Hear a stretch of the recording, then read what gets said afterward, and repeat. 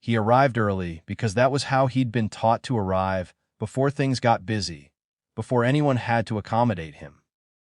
He wore the suit he already owned, pressed the night before. He'd practiced smiling in the mirror, not because he was nervous, but because weddings have a way of demanding visible ease from people who are meant to be grateful just to be there. The venue was a renovated mill with exposed beams and white drapery pretending at softness. A coordinator with a clipboard pointed him toward the seating chart taped to an easel. Names in looping script, tables organized by branch and priority. He scanned it once, then again, slower. His name sat alone at the bottom, off to the side, not a table. A note. Overflow. He followed the arrows anyway. Past the first rows, parents, grandparents, bridal party. Past the neat symmetry of families arranged as if by gravity. His chair waited where the easel narrowed, behind a concrete column, angled slightly away from the altar, a folding chair. The kind that knows its place. He touched it, tested the legs. One wobbled. He didn't sit yet. For a moment, he tried to rationalize. Maybe last-minute changes.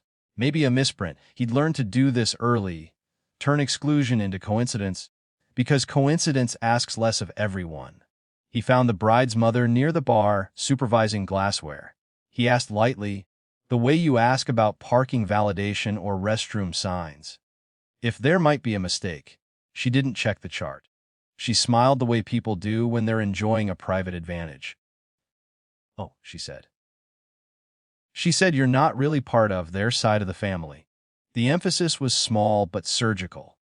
He nodded once, thanked her, walked back the long way so he wouldn't have to pass the first rows again. By the time the ceremony began, the chair had been joined by another, someone from work, apparently, who looked equally confused but less offended. He stood during the vows. The speakers were loud enough to blur the words. The column blocked his view of his brother's face, which he told himself was fine. He'd already seen it enough growing up, earnest, distracted, confident someone else would handle the edges. During the recessional, applause swelled and moved past him like weather. He clapped when others clapped. He stopped when they did. At the reception, he noticed who was seated where. Not with envy, exactly. More with interest. His brother's college roommate, front and center. A woman he vaguely remembered from a lab they'd taken in high school, close enough to be caught in photographs. People with shorter histories, louder laughs. He took out the envelope from his inner pocket and set it on the table beside his plate. He'd written the check weeks earlier, careful with the amount. $2,000 felt appropriate. Supportive without being theatrical. He debated more, then decided against it. Weddings weren't investments. They were statements. He watched servers move with trays like steady punctuation. He watched the bride accept compliments with the practiced grace of someone accustomed to being affirmed. He watched his brother, his younger brother, gesture expansively, taking up space as if it were renewable. When the toasts were announced, the room adjusted itself. Chairs scraped. Glasses quieted. A microphone was passed hand to hand, a small baton of sanctioned speech. He didn't stand immediately. He waited until the best man finished. Until the laughter settled and the coordinator took a breath, ready to move things along. Then he stood. No one stopped him. That was the thing about authority. Sometimes it isn't enforced because no one expects it to be tested. The microphone was placed back on its stand. He stepped forward and picked it up. The room went still, not out of respect, but habit. People recognize the shape of a moment before they understand its content. He didn't look at his brother first. He looked at the envelope in his hand. He slid the check out, folded it once, and put it back into his pocket. The paper made a soft sound. Ordinary. I won't take long, he said. His voice came out even, slightly amplified, unmistakably his.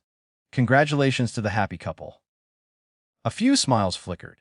This was expected terrain, he paused. Not for drama. To choose accuracy. May your marriage last longer than my respect for you.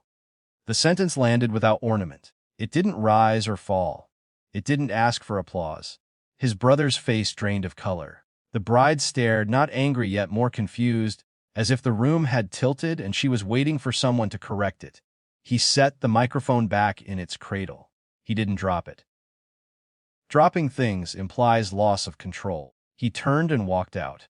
Outside, the air was cool and smelled faintly of cut grass and diesel. He stood near the parking lot until his hands stopped shaking. They hadn't shaken much, just enough to notice. His phone buzzed before he reached his car. He didn't check it. He drove home with the radio off, windows down, letting the quiet rearrange itself. By morning, the messages had accumulated. Some were angry, some pleading. A few tried humor, as if tone could reverse time. His brother called once and left no voicemail. Their mother texted paragraphs about embarrassment, about family, about how things looked. He read them all. He didn't respond. The bride's mother sent nothing. Weeks passed. The story hardened into versions. In some, he was cruel. In others, unstable. In a few, inconveniently honest. He learned which relatives believed which without asking. He saw his brother once, at a grocery store. They nodded at each other between aisles. No confrontation. No embrace. Just recognition. Later, he learned the check hadn't been replaced. The honeymoon plans were scaled back, not ruined. Adjusted. It wasn't revenge. It was arithmetic. He didn't feel victorious. He felt lighter, which surprised him. As if a long-standing obligation had quietly expired. Sometimes, late at night, he replayed the moment at the microphone and wondered if he could have said less. Or nothing at all. Silence, after all, can be generous. But then, he remembered the chair behind the column. The smirk. The way decisions had been made with him already accounted for, already minimized. Boundaries, he'd learned, don't always arrive politely. Sometimes they arrive as a sentence you don't take back. The family gatherings became smaller. Invitations arrived later, if at all. He accepted some. Declined others. No explanations. At the next wedding, someone else's, years later, he took his seat where it was assigned and stayed the entire time. No one moved him. No one needed to. That was enough.